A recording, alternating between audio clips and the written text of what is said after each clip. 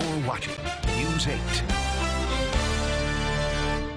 CPA Scott Adair is back with us. Scott, good to see you. See you too, Mark. So the tax filing deadline has been extended, as our viewers know, out to May 17th. So a lot of folks are still in the process of getting their returns together and preparing to file. So the question we are posing is, what do you do with your tax refund?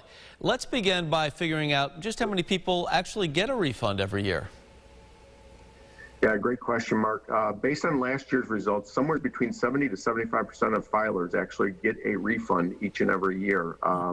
Average refund is about $2,500 based on the IRS data from last year.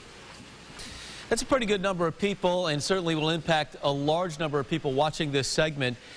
So what do we do with our refunds, and how does maybe some of these stimulus payments that some folks have received play into the thinking as well this year?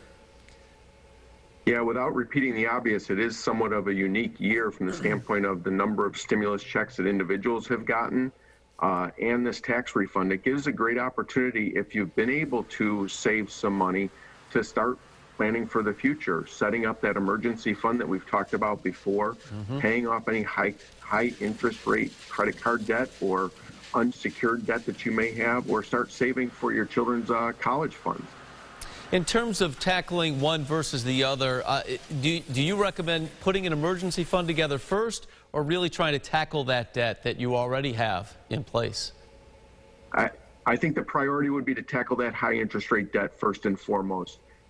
Second or third on the list would then be to get into that emergency savings fund, especially with the stimulus money that they've received to date.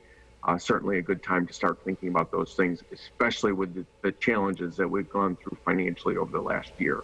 Some of our viewers, as you're aware, are going to be impacted by changes to the child tax credit as well. That kind of factors into this conversation, doesn't it? Certainly does, because a lot of folks are not anticipating the fact that they're going to get a check starting in July based on the IRS information that's being published as part of that child tax credit.